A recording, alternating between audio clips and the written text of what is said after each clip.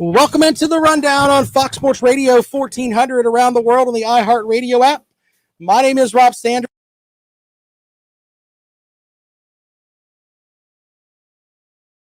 With a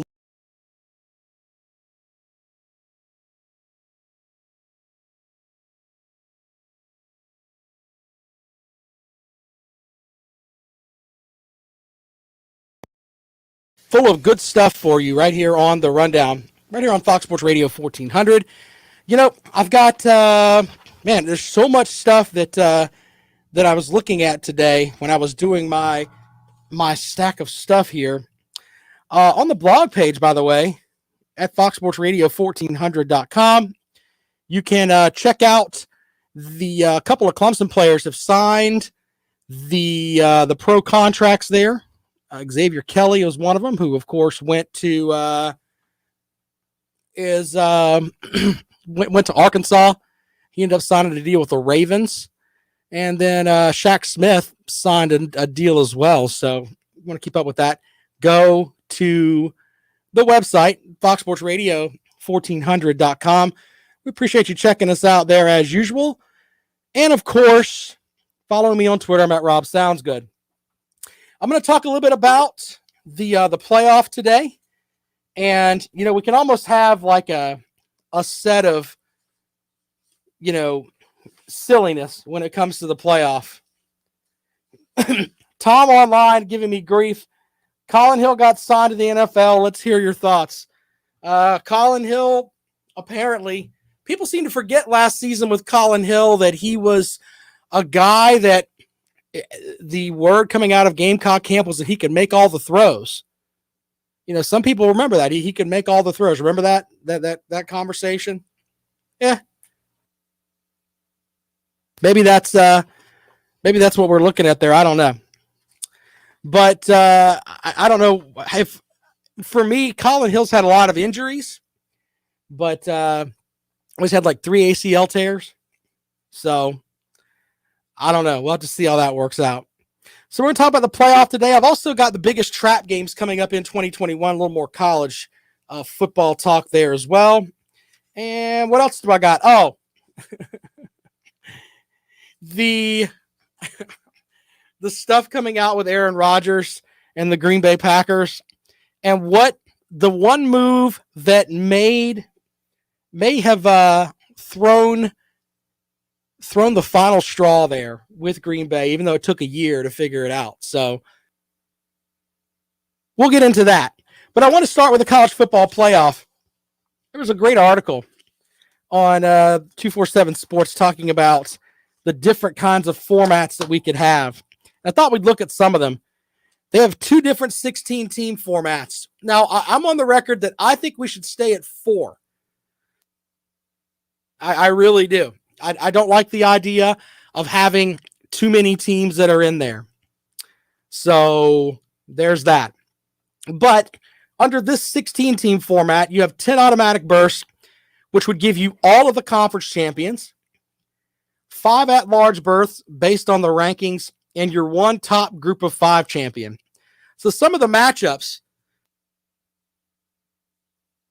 in the playoff for last season, your number 1 seed would be Alabama. Number 16 seed would be UAB. That will be a first-round matchup. Number 2, Clemson. Number 15, Ball State. That would be a matchup as well. The Coastal Carolina Chanticleers would play the 5 seed Texas A&M. So there's that. So I don't know if I'm buying into all of that with that 16-team format. Here is another set. It's 5 automatic berths, which are your Power 5 champions, your 1 top group of 5 champion, and then 10 at-large berths based on rankings. Now, if you are one of these people that you have it in your head that the SEC is the absolute best ever, you're one of these people that think, well, all 10 of those berths should go to the SEC, you'll love this format.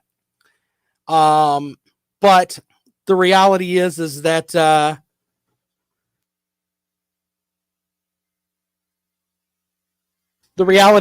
it's just a little bit tough there. Anyway, there's the EAS system talking about the storm there. So there's that.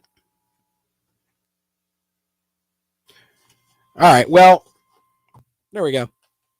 The EAS system's going off over here as we got some storms rolling through Columbia. The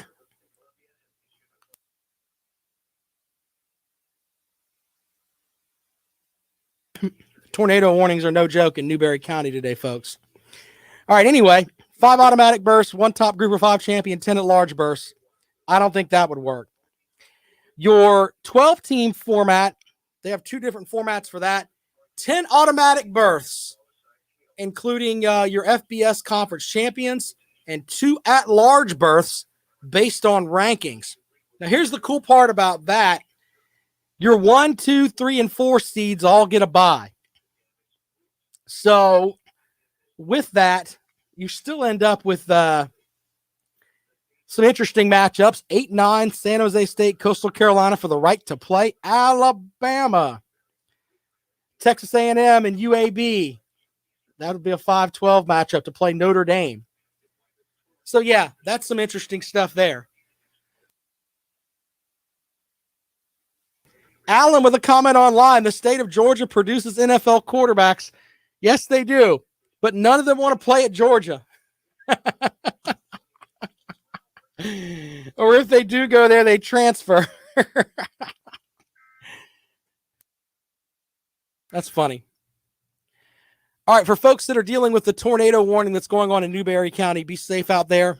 And obviously, since it's a warning, take cover if it's with that going on. Just not very cool at all. So be careful with that. All right, so another 12-team format, 5 automatic berths, which would be your Power 5 champion, your top group of 5 champion, and 6 at-large berths based on the rankings. With that, you'd still have some buys. The 10-team playoff, you just have your 10 conference champions, and that's it.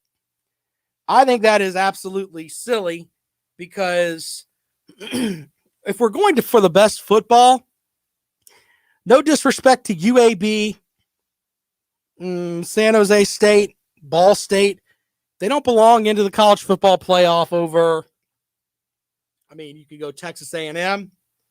There's several different teams that should be right there.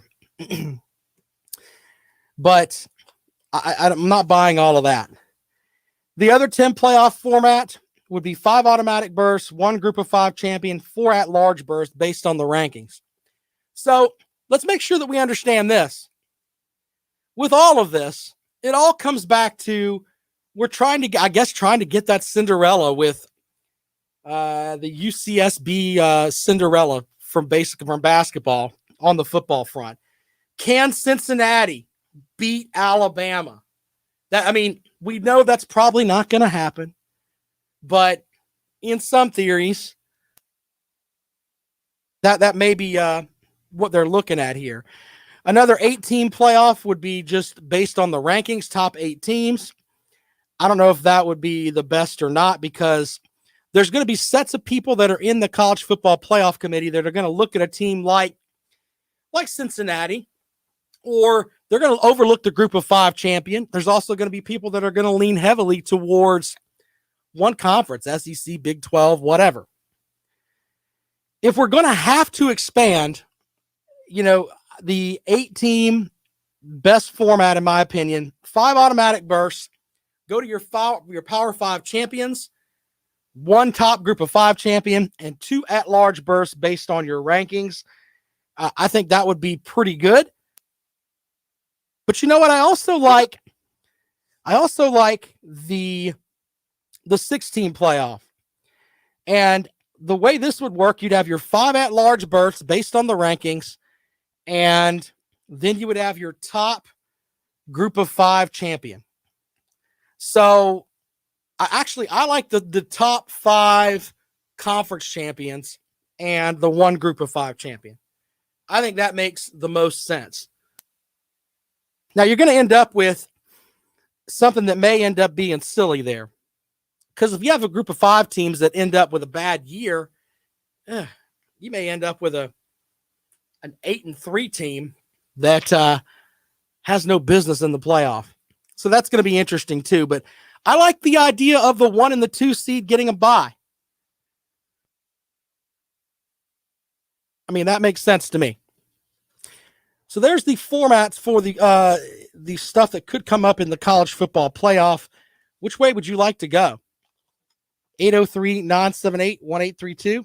803-978-1832. Some thoughts on the draft. Jordan with a great comment online. The state of Georgia had the most first-round picks with 6, but only one of them went to UGA. It's funny with the UGA folks, man. You know, you think of the quarterbacks that have gotten out of Georgia. Deshaun Watson, Trevor Lawrence. The list goes on and on. And it's interesting to say the least. There was a South Carolina flip today, Brandon mentioned, as a player that was going to go to Georgia has decided, you know what, I'd rather play for Shane Beamer and the Gamecocks. So there's that. I'll read you the full story on that. We have a story about Tennessee too. That's interesting in the mix. But South Carolina getting the I've got the player right here in front of me. Just takes me a minute. But South Carolina flipping a player from Georgia to them. So let's see if I can pull that up for us really quick here. And, you know, things like this are what, in addition to that, it was kind of a big weekend for the Gamecocks on the front of, in the transfer portal, they got a defensive back from Washington State. Also, a 4-star quarterback committed to South Carolina as well. So on that front, for South Carolina, it's been a pretty good weekend. And Donovan Westmoreland is the player from that was going to go to the Bulldogs, and ends up going to the Gamecocks. So with that, some interesting stuff there for Shane Beamer. He's putting in the work. He is putting in the work. You can't really dispute that. I think it's like 3 players that have committed to South Carolina in the past couple of days, you know? And I think that when you look at it from this perspective, you got to go with the adage of hey, you got all of these guys that are deciding, hey, it's gonna take a bit, but they're finally in the mix and heading to South Carolina. Tom says Tom says that Bama offered him, yeah, and says he's a stud. Yeah, I mean, he is interesting to say the least. So we shall see how that works out for them. We're talking about the quarterback who was really interesting. I'm making sure I give you the right info on this, because you're right about that, man. He was special to say the least. As my notebook is acting silly today. We'll see how that goes for us here. Yeah, where is this? The linebacker was Donovan Westmoreland from Georgia, rated number 390, the number 30 outside linebacker in the 2022 recruiting class. As a junior, had 84 tackles, 23 for loss, 12 games at Griffin High School, which is just outside of Atlanta. So that's some interesting stuff there too. The quarterback, though, Tom is right. This young man is supposedly really, really good. He's a 4-star recruit, but you know, and you never really know with all these stars and everything, but just by what you read on him, and you can look at it from this perspective.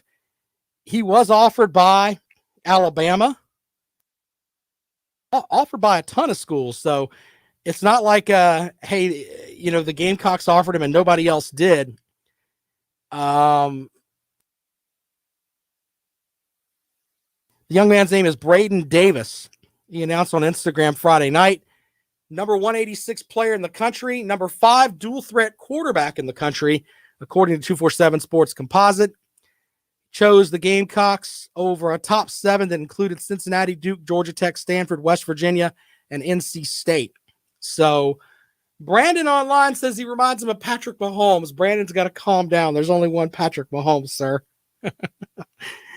Anyway, with this, though, and this is part of my notes here, you see what Shane Beamer is doing. You see what Shane Beamer is doing here. And with Shane Beamer bringing in these guys, this is his first quarterback commitment. Number 1 player in Delaware. I'm trying to find his stats because his stats are like off the chart good, if I remember correctly. But I'll have those stats for you in a moment. But he gets this guy. He gets the guy to transfer in from Washington State, who's a defensive back that will play this year.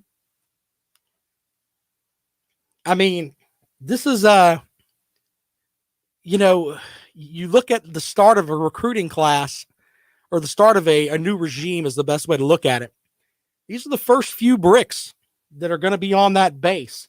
Now, you don't know how each kid's going to work out, but we're going to look back on some of these guys. And I think getting the defensive back from Washington State, who was a starter up there in the Pac-12, that's going to make, if he can come in and start, that's impressive.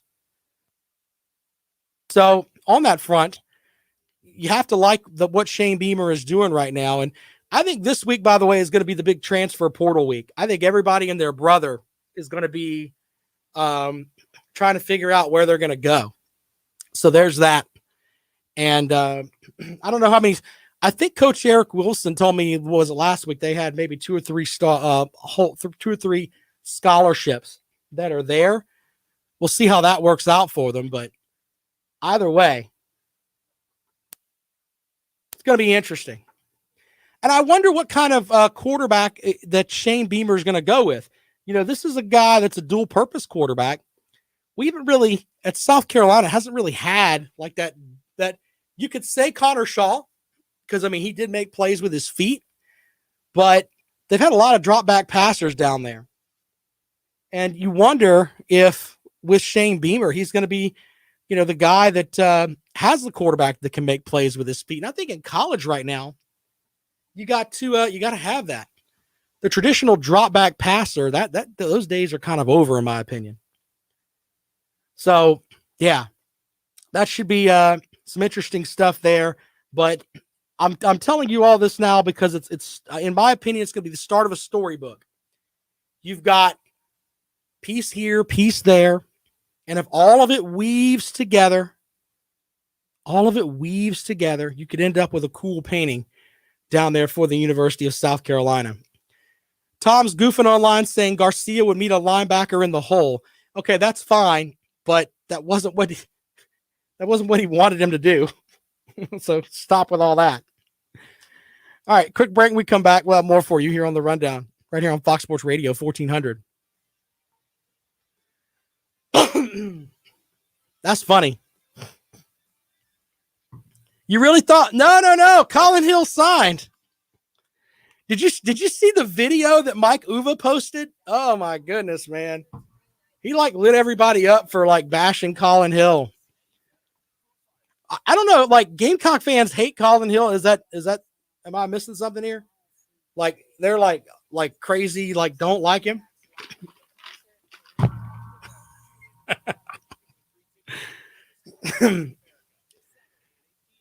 God.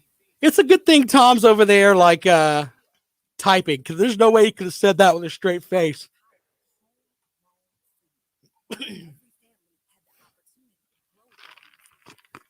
Other than Connor Shaw, I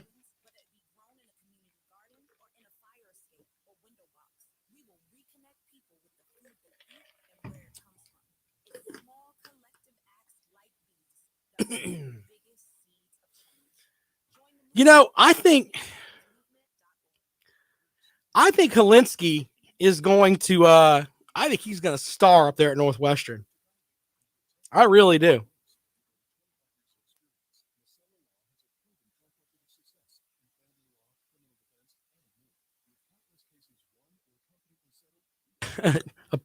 Happy trees, Alan. Happy trees. You guys are funny over there in the chat room, man.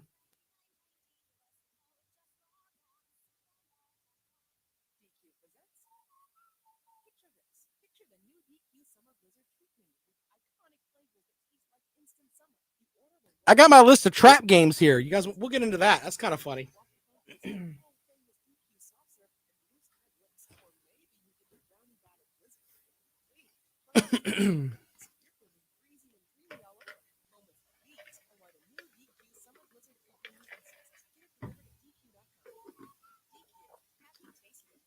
How can you not cheer for Helinski?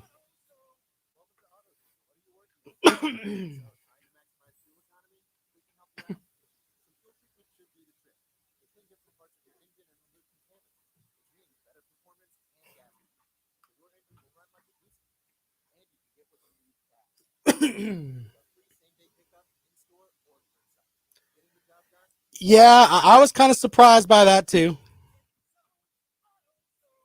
We might go over that with like the fits for those guys. We'll do that in a minute.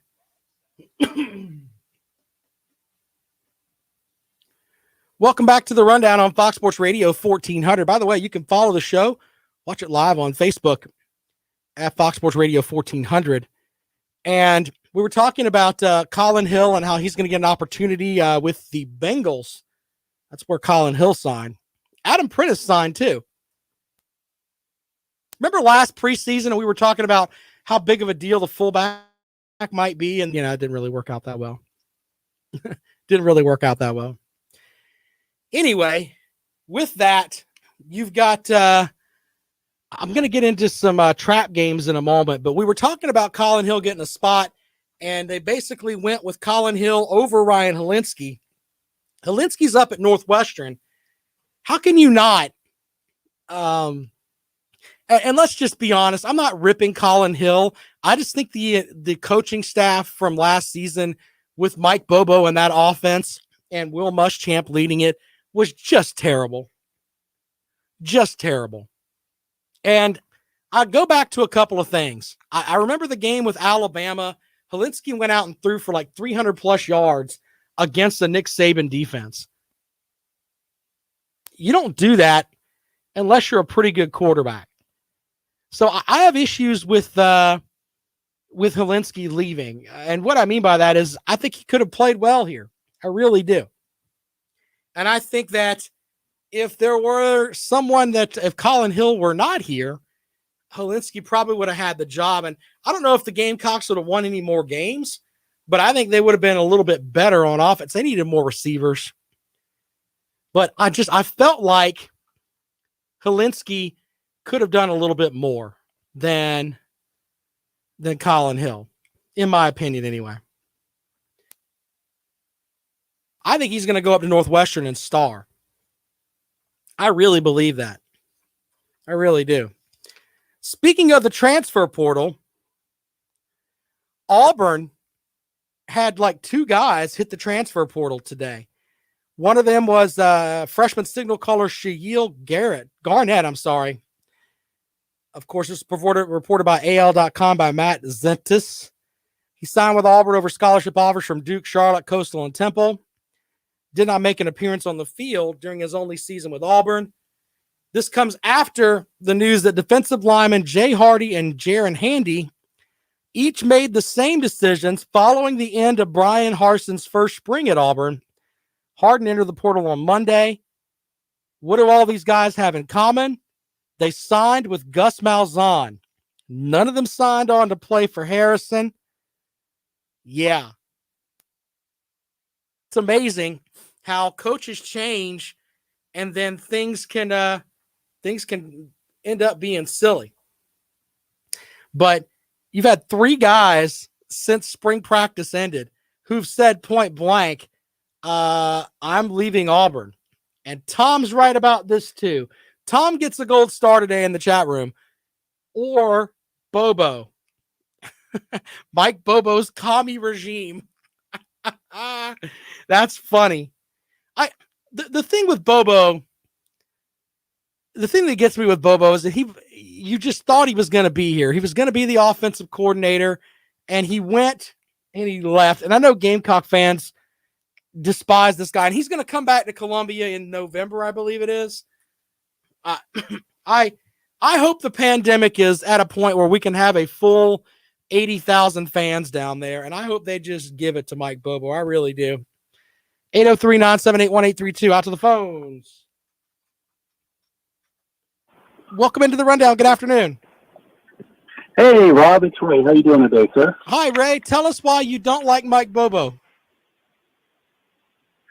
Well, you know what? I tell you, he reminds me. There was a comedian a long time ago. I think his name was Paul Paulson or Paul. Well, anyway, the guy went to every town. He'd go to like Jacksonville, Florida. He goes, Jacksonville's a great place to raise a family. Yeah, this kind of place. This kind of city I can see I can see myself living at. And he'd go, Phoenix is a great place. This is a great place to raise a family. I think, this is where I want to put roots. So he would the 10 different cities saying that, doing the proverbial politician thing. So I remember Bob Bobo said, Columbia, Carolina, this kind of place to be. I could see myself for 10 years raising a family. Remember he made that comment? He said, yeah. Anyway, I didn't mean to railroad you with that. But, tell me what you got for the program. That was a great segue because I was thinking about that type of situation. Well, anyway, one second. As we wait on him here, it's funny because I hope that there's 80,000 people lined up for. Oh, Rob, I'm back. I'm back. I'm sorry. I'm sorry, Greg. Well, anyway, what I was calling about is that I think about all these guys that win this draft, and I'm kind of thinking like Shi Smith, and I know he did the right thing. I think we thought he'd be like a third or fourth round guy, but I think that when they get their information back, regardless of where they might fall, unless they're, 1 or 2 rounds, which they know that, I think they always tell them 4th or 5th round. I think it's just a way of saying, we want you to come out because we don't care if you go in the 9th round. We're gonna make money off you regardless. I'm beginning to think this when they get their paperwork back. I'm beginning to think it's just kind of like, let's just get them to commit so we can, we can get them one way or the other. But I think it's kind of funny how these guys all think, well, but my paperwork says I'm going in the 3rd or 4th round, when really they're probably going in the 7th or 9th round. But anyway, I was just kind of throwing that out there, Rob. But I appreciate it, man. Hey, thank you for calling, buddy. Thanks so much. Yeah, he's right about that. But the stuff with Bobo, if you're a Gamecock fan and you have the opportunity to go to that Auburn game, even if let's say South Carolina's season is in the not necessarily where you want it. Let's say that's the 10th game of the season. I think they finish up with Auburn and Clemson, if I remember correctly. And let's say the Gamecocks are 3-7 going into that game or whatever. If you're a Gamecock fan, man, you got to go to that game. Go boo him tremendously. As soon as you see him out on the field, boo him, and Tracy Rocker as well. I mean, they left in the middle of the night and left, man. What a mess. I didn't really leave a good taste in anyone's mouth. And you know what? It might be coming back to bite them right now because Coach Harsin is having a bunch of kids that are leaving. Yeah, we don't want to be here. Haven't really heard any more on the transfer portal for a lot of other guys. Well, excuse me, I haven't heard any transfer guys for South Carolina. No more for Clemson yet either. Maybe that's coming down the pipe later, but as of right now, that's what you got. You got three guys that have point blank said, hey, we're leaving. We were signing with Malzahn, and now we're going somewhere else. And Auburn's getting what they deserve, by the way. They fired a coach that was, 3-5 against Nick Saban. Which doesn't sound like it's just this big, glorious record, but the reality is not very many people can do that. And Auburn's one of those teams that can say, you know what, we play a tough SEC schedule because every year they've got Alabama, they've got LSU, they've got Texas A&M, and they play Georgia. So 4 out of their 8 conference games are going to be really, really tough. So they're one of the few teams that can say, you know what, we play an SEC schedule every year and it's hard. And I'd be willing to buy that. But Malzahn was I think it was like 35 games. I can't even remember. some crazy amount of games over 500. And Auburn's getting what they deserve right now. And it's nothing against Coach Harsin. He may be the best coach ever. We don't know. He may be a guy that comes in and leads them to the promised land. We have no clue. But right now, it's coming back to bite Auburn a little bit. Because Gus Malzahn did his thing down there and was pretty good. They showed him the door. And you know what? They paid him his money, so he can't complain too much. And he walked into probably one of the best group of 5 jobs in the country. So don't feel too bad for Gus Malzahn. It's not like Fulmer back when Tennessee was trying to get rid of him. But still, shouldn't have went that way. And now, down on the plains, it's going to be kind of silly. And look out for, they could be really good or could be really terrible this year. I like Tank Bigsby a lot. But Bo Nix seems like his brain scrambled every time he gets up there. And I'm not mocking the young man. I'm just saying that it looks like the game hasn't slowed down for him. I don't want people thinking that I'm just ripping some kid. I'm just saying he looks like the game just wasn't at a point where he could blossom and grow into the potential that he physically has. There we go. That's a good way of putting it. But Auburn's going to be one of those interesting teams this year. It's not out of the realm. I don't think that the Vegas lines on that are going to be Auburn will probably be favored. I'm not sure. But if South Carolina won that game, won 2 straight over Auburn, man, that'd be something heavy to hang in the hat there for Shane Beamer in his first year. Quick break. When we come back, we'll talk trap games right here on the Rundown. This is Fox Sports Radio 1400.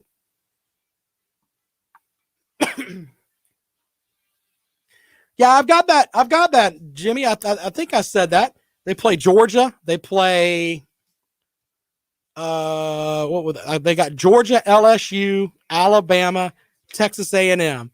Those 4 games every single year are going to be right there on that schedule. That makes Auburn a tough schedule. It really does.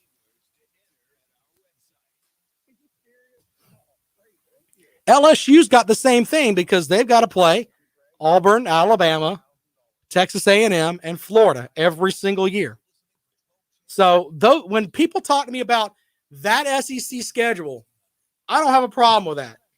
You're telling me that that's going to be, you got those 4 conference games scheduled every year. All right, I'll buy that. The ones that bother me are the people that are like, the Mizzou. Like I use Mizzou because Mizzou's cross-conference rival is Arkansas. So Mizzou's conference schedule every year is going to be South Carolina, Kentucky, Vanderbilt, and Arkansas. You're going to have those 4 regardless. David, you want to call in? What do you want to talk about, David? Have at it. 803-978-1832. Yes. I kind of agree with you. South Carolina has the hardest schedule in the East because they play the Clemson Tigers. Ta-da! And they've got Texas A&M too. But as far as their conference games, yeah, I can buy that for this season. The season when they played Alabama, that was a big deal too, because you had Alabama, Texas A&M, and then Florida and Georgia. That's a tough schedule. But you don't have that every year. You don't.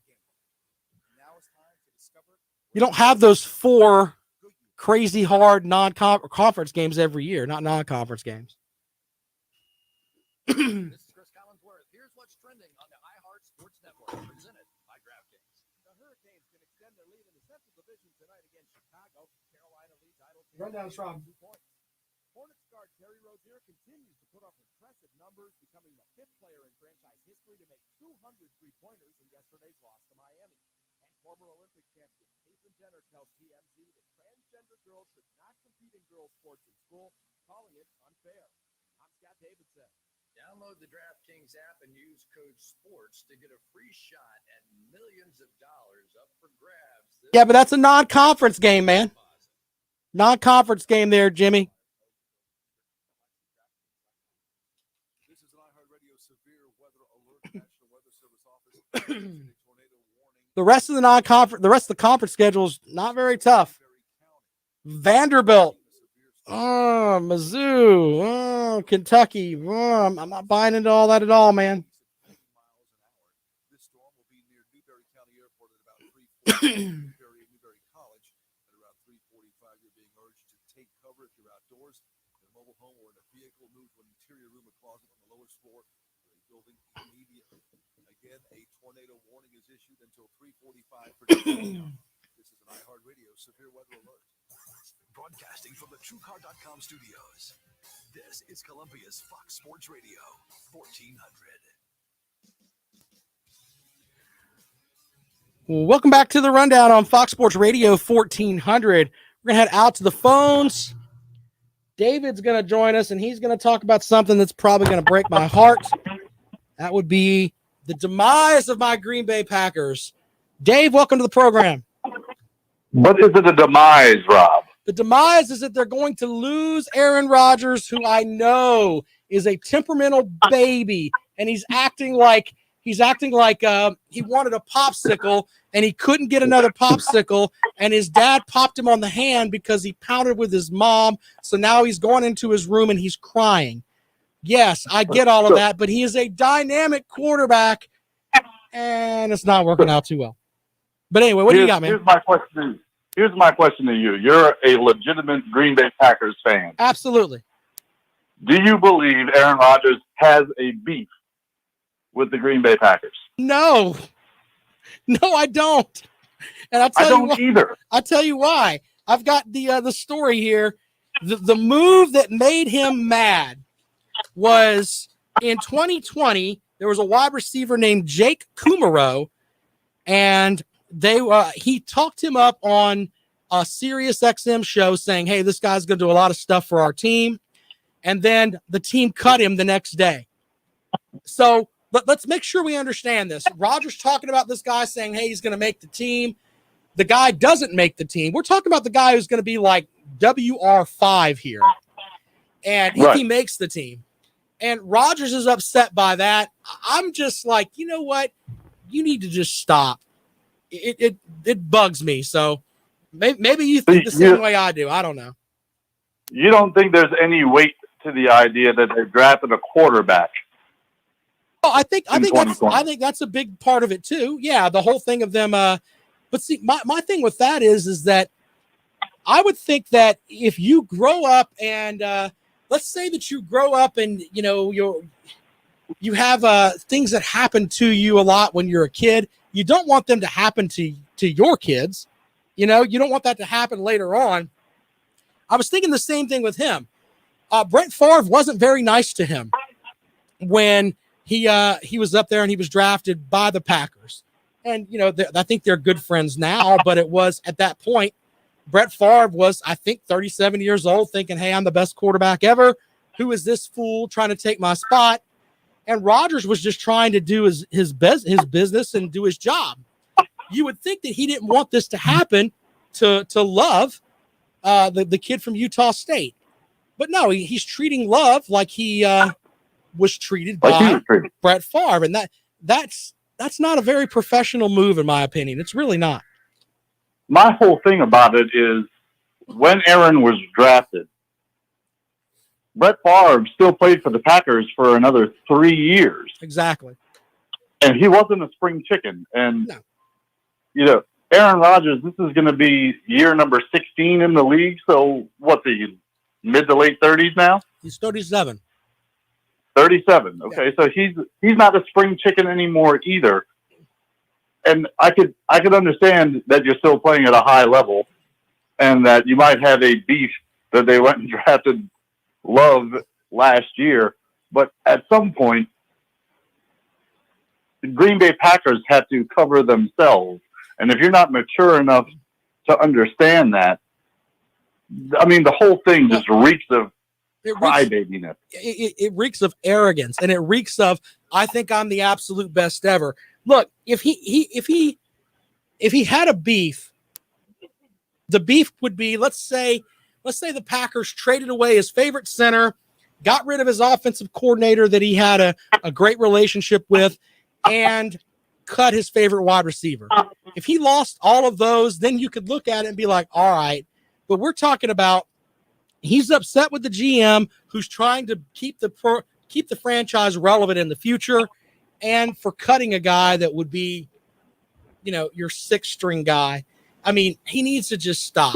He really does. Who may be a special teamer at best. Right. But here's the thing, and I think this happens with a lot of guys that are in the NFL. They think that they're supposed to have a say in everything. And I don't agree with all that. You're paid to play quarterback. I don't agree with it either. You're not the general manager, sir. Do you understand what a big mistake it was for the Cincinnati Bengals to listen to Joe Burrow to draft a wide receiver that he loved rather than Penei Sewell, who was the best offensive tackle in the draft? And available. LSU fans have been giving me grief in my social feeds because they're all like thinking it's going to be just a big crawfish party up there and at Cincinnati now because you've got those two guys back together. People like that think that don't understand the game of hut.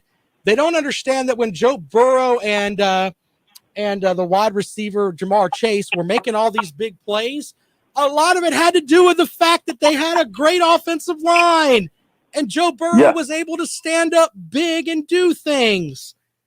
And let's not pretend like the skill players in Cincinnati were bad. No. that they absolutely needed Jamar Chase. They didn't. They needed an offensive tackle. It was the same way with Jacksonville. And Clemson fans are upset with me about this because all the Clemson fans are like, hey, man, I got to get me a Jacksonville jersey. Let's make sure we understand this. Jacksonville had James Robinson, who was an undrafted free agent that finished 5th in the league in rushing last season with over 1,000 yards. He also had 400 yards receiving. So 1,400 total yards is what this guy had. And you're going to bring in another back? I mean, really? Really? Yeah. I mean, let's not try to protect Trevor Lawrence's backside a little bit and get a good offensive lineman. No. We've already got a guy that's going to catch passes out of the backfield and do what Travis Etienne does, kind of a Swiss Army knife kind of back, going into his second year, by the way. Yeah, that's okay. We need 2 of those. That was probably that move, and then the move with the Bengals was the dumbest move of the draft.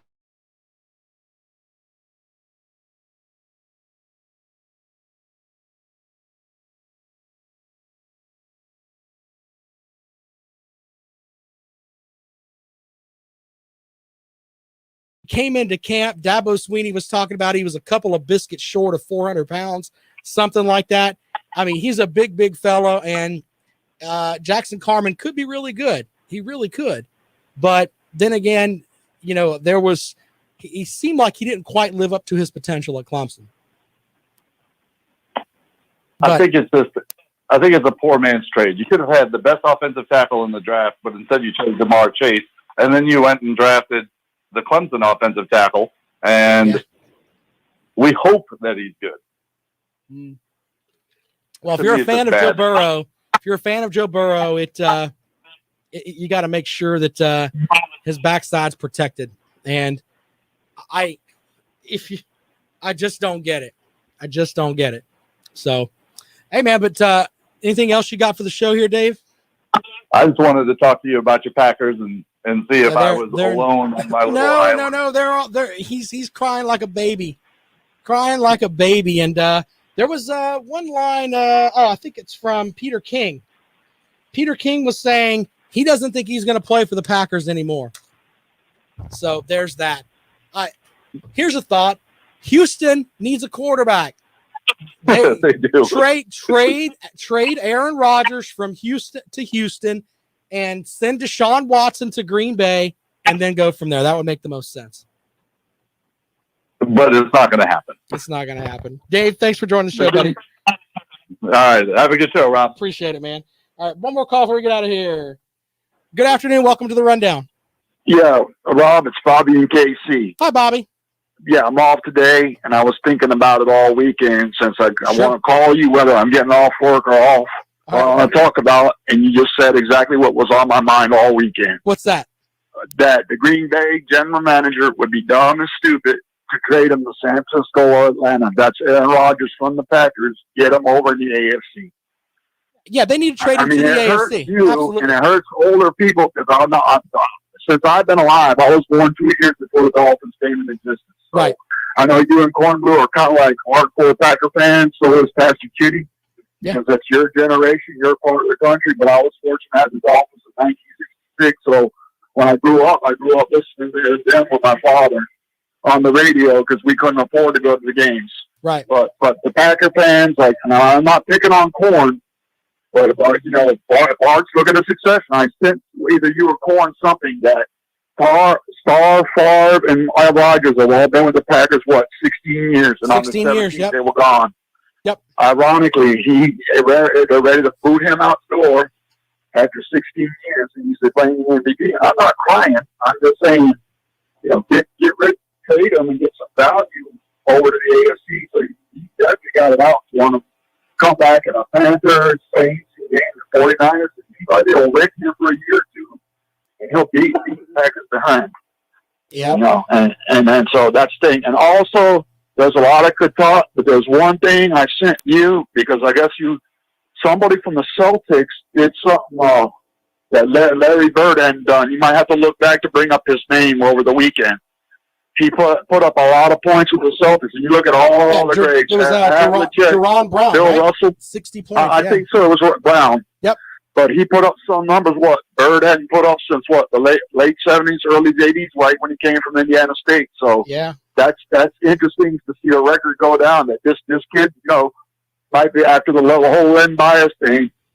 That this kid right here might be a superstar in the making. Hopefully he stays. And I'm not a Celtics fan either. I'm a Heat fan, but just some of the older basketball fans out there that might be listening to the show, like semi-retirees or retirees that might know the records of old, that he put up. He did something really, really rare, high points. I don't have it in front of me, but it was on social media this weekend with the draft. Yeah, it was Derby. It was 60 and points. Also, I mean, you got to go. One thing, Bob Baffert won his 7th Kentucky Derby with a long shot. Medina Spirit.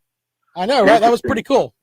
Well, I was going to call you, but I couldn't. I had to work Friday. I was going to call you with my trifecta. I like known agenda. Yeah. He won the Florida Derby. I usually think that what do I know? That him and the other guy, the other horse that were leading, win place shows, all finished 8 and 9. So I was working. I couldn't even watch it. I had to replay it on YouTube, play the clip on the 2-minute clip on YouTube to watch it. But Medina Spirit was a long shot, and the trifecta and the superfecta were a big payout. Bobby, I appreciate you calling the show, man. Thank you, buddy. Thanks for letting me ramble on. But I think the Preakness of the Belmont should be exciting for any of us out there that do still care about horse racing. Yeah, man. Time of year, the Triple Crown. Take care, Rob. Thanks, man. Gotta go. All right. Well, with that, my favorite horse is always Lose and I'm Glue. That's the horse that I bet on. No, I like the Kentucky Derby, man. Cool stuff. Take a quick break. When we come back, we'll have more for you here on The Rundown. This is Fox Sports Radio 1400.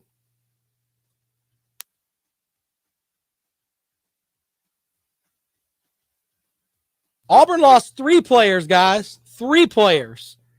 They lost Chenille Garnett, Jay Hardy, and Jaron Hardy. So they lost 3 guys.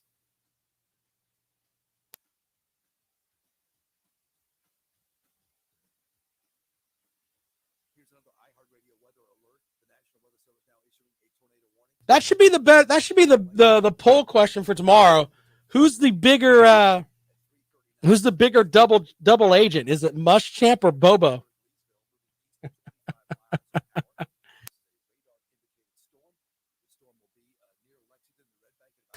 When you go to Brock, that's hardcore, man. That is hardcore, brother.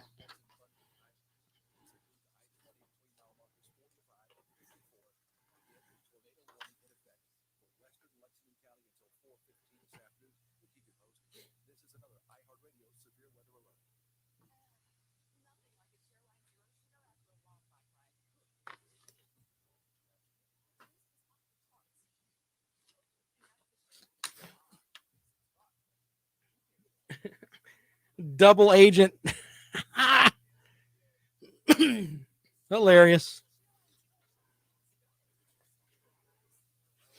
South Carolina got both. They got Muschamp and Boboed. That's funny.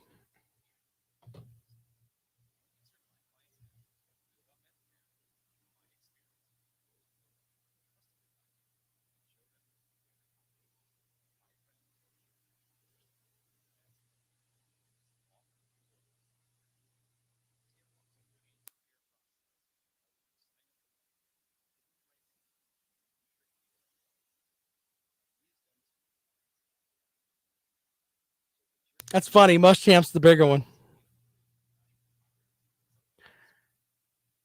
Bobo just looks like he's just, I don't know, like he's just like, ugh.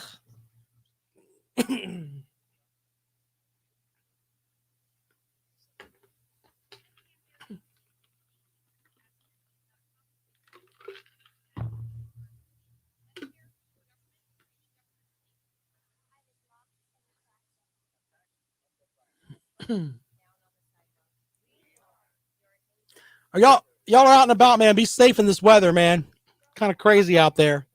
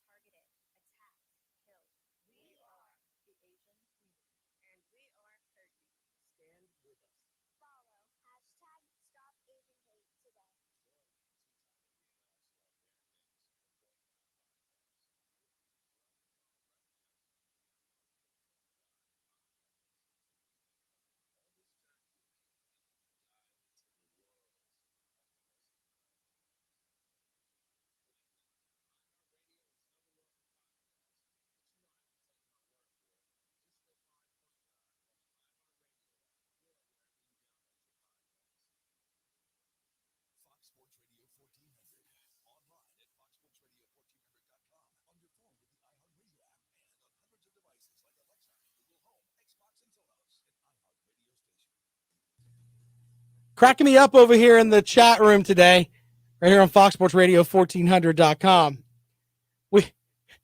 They're saying that Mike Bobo might be the biggest double agent, taking down programs from afar for Georgia. Muschamp's right there in the same mix. Yeah, it's gonna be funny.